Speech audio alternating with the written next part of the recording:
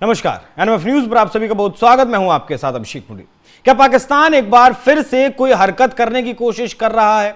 क्या ऑपरेशन सिंदूर 2.0 होने वाला है? ऐसे सवाल ढेर सारे इस वक्त चल रहे हैं क्योंकि सरक्रीक बॉर्डर पर भारतीय सेना के द्वारा 12 दिन के युद्धाभ्यास की बात कही गई है। नोटम जारी कर दिया गया और पहली बार ऐसा होगा जब तीनों सेनाएं मिलकर कोई युद्धाभ्यास करेंगी। ऑपरेशन त्रिशूल इसे नाम दिया है, जिसके जवाब में पाकिस्तान ने भी अपनी नेवी को सरक्रीक बॉर्डर के आसपास में तैनात कर दिया है। कल उसके नेवी चीफ भी वहां पर होकर आए और एक वीडियो भी पाकिस्तान की तरफ से जारी किया गया है। तो विवाद क्या है सरक्रीक का, और क्या इस बार का जो क्योंकि 65 और 71 में भी सरक्रीक में लड़ाई हुई थी और वहां भी ये विवाद देखने को मिला था, तो क्या इस बार क्या फिर से सरक्रीक में कुछ होने वाला है? उसी विषय पर चर्चा करेंगे। मेरे साथ मौजूद हैं कर्नल मयंक चौबे जी। सर, बहुत स्वागत आपका।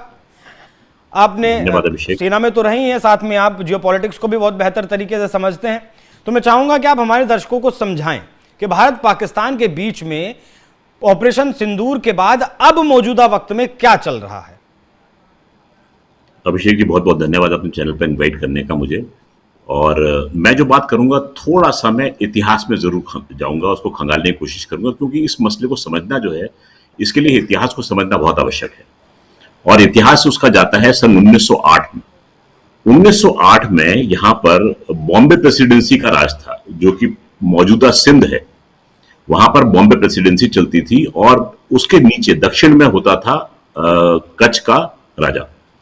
तो कच्छ के राजा और बॉम्बे प्रेसिडेंसी के बीच में एक विवाद था कि वहां से लकड़ियां कौन चुनेगा, जो सरक्रीक का इलाका था। तो दोनों में विवाद को सुलझाने के लिए एक मुआहदा होता है सन 1914 में।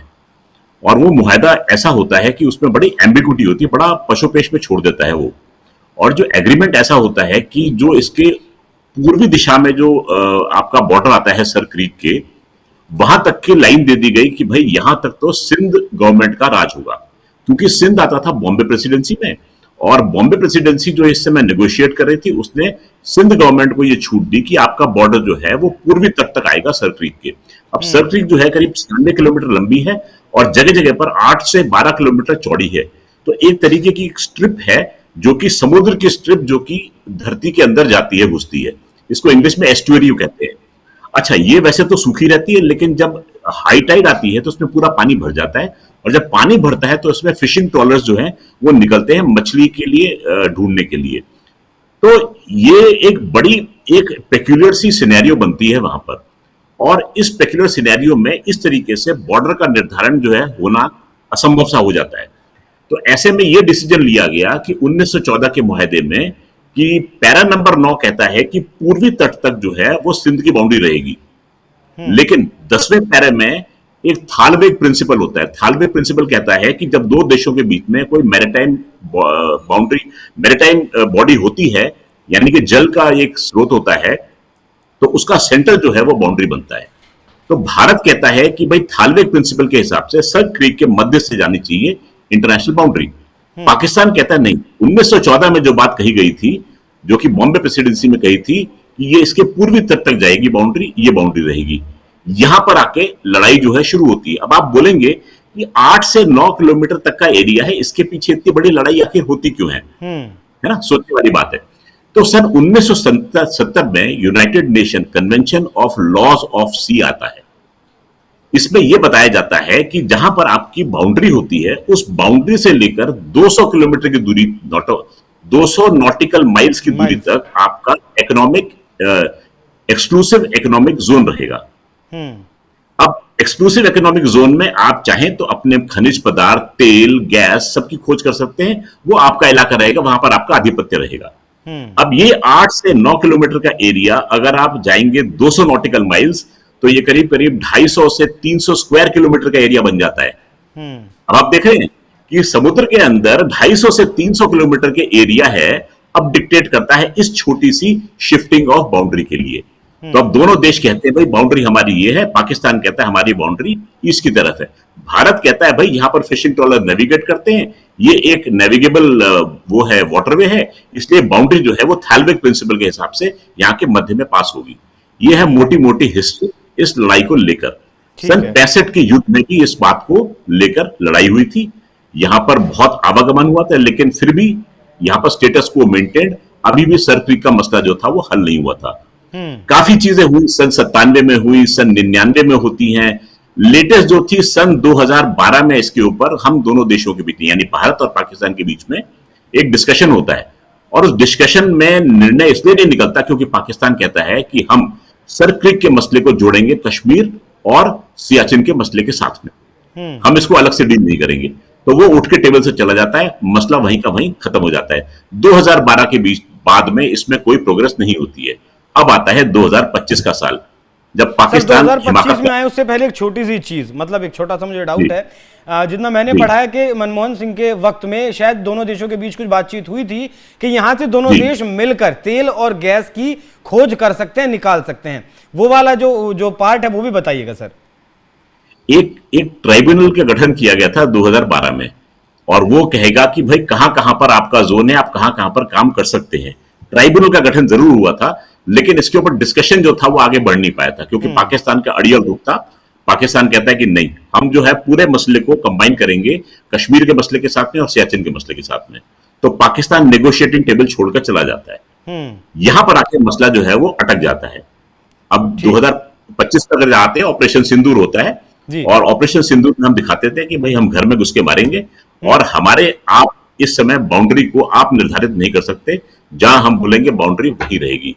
जो आप नक्शे पे दिखा रहे हैं टीवी स्क्रीन पर, ये है हमने नोटैम डिक्लेयर किया है। नोटैम होता है नोटिस टू एयरमैन, यानी कि इस इलाके में कोई भी हवाई जहाज का आवागमन ना हो, क्योंकि यहाँ पर हम एक्सरसाइज करें। और ये गुजरात के पोर्शन को लेता है और राजस्थान के कुछ पोर्शन पे एक्सटेंड करता है। नोटैम जो है आज है तारीख 28, यानी परसों 30 अक्टूबर से लागू हो जाएगा, और ये एक्सरसाइज चलेगी 31 अक्टूबर से लेकर 10 नवंबर तक। जैसा कि आपने कर दिया सर सारे पाकिस्तान में नोटम जारी। देखिए, एक कहावत है हिंदी में, डर का माहौल। जब आदमी डरता है तो ऐसी हरकत करता है। उसको ये खतरा है कि ऐसा ना हो कि भारत जो है वो एक्सरसाइज करता करता करता करता इंटरनेशनल बाउंड्री के पार आ जाए और पाकिस्तान को इसकी चपेट में ले ले। ठीक है, उस पर मैं आऊंगा, लेकिन ऑपरेशन सिंदूर की अगर मैं बात करूं तो भारत सरकार की तरफ से जितना मुझे याद है कि 11 मई को हम ये नोटम 11 मई के लिए नोटम जारी किया गया था कि हम युद्धाभ्यास करेंगे, प्रैक्टिस करेंगे। 6 तारीख को ये जारी किया गया था और 7 तारीख में पाकिस्तान में आतंकी ठिकानों को तबाह कर दिया गया था। वैसा तो कुछ करने की जो है कोशिश नहीं है। देखिए, कुछ कहा नहीं जा सकता है क्योंकि हर ऑपरेशन जो होता है वो पहले एक्सरसाइज होती है, और एक्सरसाइज का स्केल बढ़ते बढ़ते वो ऑपरेशन में तब्दील हो सकती है। इसीलिए पाकिस्तान का डरना लाजमी है। ठीक है, और डरना भी चाहिए। रुख उसने देख लिया है, ये नया भारत है, ये घर में घुस के मारता है। अच्छा, इस तस्वीर को अगर थोड़ा सा और साफ करें, अभी आसिम मुनीर जो ये फील्ड मार्शल है पाकिस्तान का, इसका कुछ बयान है हाल फिलहाल के दिनों में, मतलब 2 बार तो परमाणु की धमकी दे चुका है, दोबारा फिर से अभी पिछले लगभग 15 दिनों में, और साथ में गुजरात को भी टारगेट करने की बात कह चुका है, मतलब फाइनेंशियली भारत को डिस्टेबलाइज करने की बात। तो अंदाजा लगाया गया, सरक्रीक में फिलहाल इंफ्रास्ट्रक्चर खड़ा पाकिस्तान कर रहा है, गुजरात में रिफाइनरीज हैं, 2 अंबानी का रिफाइनरी है आपका, और भी एक रिफाइनरी है वहां। तो क्या पाकिस्तान वहां से टारगेट कर सकता है? इतना मादा रखता है पाकिस्तान? देखिए, पाकिस्तान के पास शक्ति तो नहीं है, लेकिन होता क्या है कि अगर एक चूहा जो है वो हाथी के ऊपर पंजा मारने की कोशिश करे तो हल्की सी खरोंच तो लगा ही सकता है। परेशान नहीं कर सकता, लेकिन हल्की सी खरोंच लगा सकता है। तो पाकिस्तान जो है ऐसी हिमाकत करने की कोशिश कर सकता है। दिमाग तो उसका ठिकाने पर नहीं है, ये तो आप भी जानते हैं। प्रॉब्लम ये आती है कि आसिम मुनीर इस समय ढिंडोरा पीटते हैं न्यूक्लियर वॉर का। क्यों? क्योंकि दुनिया को दिखाना चाहते हैं कि अगर भारत और पाकिस्तान के बीच में कुछ होता है तो हो सकता है यहां पर बहुत जान माल की हानि हो जाए, दुनिया आ जाए, बीच बचाव कर ले और भारत को किसी तरीके से रोक ले। क्योंकि इस समय वो डरे हुए हैं, वो ये समझ रहे हैं कि इस समय भारत वो नहीं है, जबकि 26/11 के मुंबई हमले के समय हमने केवल डॉजियर दिए थे। भगवान न करे अगर ये हमला ऐसे समय पर होता जो इस समय प्रेजेंट डिस्पेंसेशन है, तो इस समय पाकिस्तान नेस्त नाबूद हो चुका होता अगर ये हिमाकत करने की कोशिश करता। हमने नमूना ऑपरेशन सिंदूर में उसको दिखा दिया। जी, तीनों सेनाओं की अगर मैं बात करूं आपके नजरिए से, क्योंकि आपने सर्व किया है इंडियन आर्मी में, आपके नजरिए से भारत की सेना पाकिस्तान की सेना से कितनी आगे है, कितनी मजबूत है?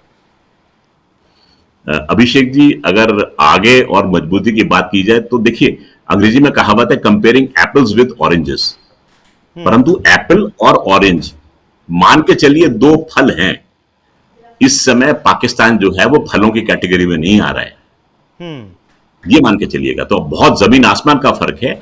डर की वजह है, तभी वो दर दर भटक रहा है, कभी तुर्की के पास में, कभी सऊदी अरेबिया से मुआहदा करना, कभी अमेरिका के पैर पकड़ना, कभी अमेरिका के राष्ट्रपति को बोलना कि भाई आप जेंटलमैन हैं, आप नोबेल पीस प्राइज के हकदार आप बनते हैं। और लेटेस्ट आपको पता ही होगा, अगर मैं इसे समझना चाहूं आपकी बात को जियोपॉलिटिकली, अमेरिका का भी क्या इसमें कोई इंटरेस्ट हो सकता है?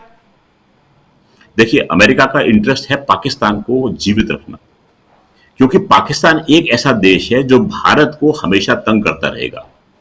भारत को अमेरिका इसलिए चाहता है कि वो ऐसी शक्ति बन के रहे जो कि चाइना से लोहा लेता रहे, चाइना के ध्यान जो है वो भारत में अटका रहे और भारत चाइना से उलझा रहे। परंतु ऐसा ना हो जाए कहीं भारत इतना शक्तिशाली हो जाए कि वो अमेरिका के सामने खड़ा हो जाए। तो वो ये चाहता है कि उस चीज को नेगेट करने के लिए पाकिस्तान को वहां पर रहना जरूरी है। इसलिए आप देखेंगे कि भारत जब जब शक्तिशाली हुआ है वो जाके पाकिस्तान के पास जाके बैठा है और पाकिस्तान को जीवित रखना उसकी जरूरी बन गई है, क्योंकि भारत को उसने तंग करके कंट्रोल में रखने की कोशिश करेगा। इस समय भारत जो है आपको पता ही है, 2.5 फ्रंट वॉरफेयर जनरल रावत ने इसको कॉइन किया था। तो हम इस समय 2.5 फ्रंट वॉरफेयर नहीं, इससे ऊपर फ्रंट वॉरफेयर की बात सोचते हैं। तो भारतीय सेना जो है वो तो 2 फ्रंट को संभाल लेगी। 0.5 फ्रंट के लिए मैं ये कहूंगा कि भारत का हर नागरिक जो है वो एक सैनिक है। भारत जो है वो पाकिस्तान को आराम से लोहा ले सकता है उसके साथ किसी भी बॉर्डर पे। आपके लिए एक छोटा सा एग्जांपल दूं आपके दर्शकों को। आकाश तीर का आपने नाम सुना होगा, जो कि ऑपरेशन सिंदूर के टाइम डिफेंस के लिए इस्तेमाल किया गया था। 450 आकाश तीर का कॉन्ट्रैक्ट दिया गया था, उसमें से केवल 147 हमने डिप्लॉय किए हैं। 147 के डिप्लॉयमेंट के बाद में पाकिस्तान का एक भी ड्रोन भारतीय सीमा के इस पार साबुत नहीं आ पाया। मिसाइल और एयरक्राफ्ट तो भूल ही जाइए आप। अगर 147 में आप अपने पूरे पश्चिमी बॉर्डर को इतना सिक्योर कर सकते हैं, सोचिए जब मार्च 2026 तक पूरे के पूरे 425 डिप्लॉय हो जाएंगे तो आपकी जो सीमाएं हैं अभेद्य हो जाएंगी। वो दुनिया बात करती है आप स्टेल्थ बॉम्बर क्यों नहीं लेते, स्टेल्थ फाइटर क्यों नहीं लेते। F-35 को मना कर दिया, Su-57 को मना कर रहे, क्यों? स्टेल्थ फाइटर की वैल्यू तब तक है जबकि वो छुपाव में रहता है। हमने दिखा दिया, त्रिवेंद्रम में हमने F-35 को उठाया, बिठाया और उसको नारियल पानी पिला के भेजा है वहां से। तो भाई साहब, हमें स्टेल्थ फाइटर की आवश्यकता क्या है? हमारे पास तो टेक्नोलॉजी मौजूद है जो कि आपके स्टेल्थ फाइटर को खुलेआम, जिसको हिंदी में कहते हैं नंगा करके रख देती है, दिखा देती है पूरे सिग्नेचर को कि ये आ रहा है यहाँ पर। तो हमें ऐसी आवश्यकता नहीं है। हमारी टेक्नोलॉजी जो है वो बहुत कदम आगे चल रही है। मैं ये भी कहता हूं कि भारत की एयर डिफेंस ने 50 रुपए में मात्र ड्रोन्स जो कि अल्ट्रा मॉडर्न थे उनको जमीन पर ले आए। मेरी एक इजरायली से इस बारे में बात हो रही थी, तो उसने बताया कि हमने ना $2 खर्च किए केवल ड्रोन को नीचे करने में, इतने सस्ते में काम किया। मैंने बोला बड़े महंगे में काम किया तुमने, हमने तो 50 रुपए में कर दिया। हमने वर्ल्ड वॉर 2 की विंटेज की गन्स को लगा के काम किया है, अल्ट्रा मॉडर्न चीज को, वर्ल्ड वॉर 2 की गन्स। क्योंकि हमने देखा है कि हमारे देश में पैसे की इफरात नहीं है और भारतीय सेना इस बात को भली भांति समझती है कि एक एक पैसे की कीमत क्या है। तो इसलिए हमने कम से कम खर्चे में अधिक से अधिक नुकसान जो है वो दुश्मन का किया है। एक फाइनल सवाल सर, फिर से वहीं, क्या सरक्रीक से शुरुआत हो सकती है ऑपरेशन सिंदूर 2.0 की? आपने बोला है हो सकती है, तो हो सकती है, तो उत्तर इसका हाँ है, लेकिन होगी कि नहीं होगी ये देखने वाली वो बात अलग मसला है जी। ठीक है, बहुत धन्यवाद सर जुड़ने के लिए, इतना विस्तार से, इतने बारीकी से जानकारी देने के लिए, क्योंकि मैंने भी इस विषय पर बहुत पढ़ा, लेकिन ये 1908 वाला जो शुरुआत है वहां तक मैं भी नहीं पहुंच पाया था। तो बहुत धन्यवाद सर। बाकी दर्शकों, आपको ये जानकारी कैसी लगी कमेंट बॉक्स में जरूर बताइएगा। नमस्कार।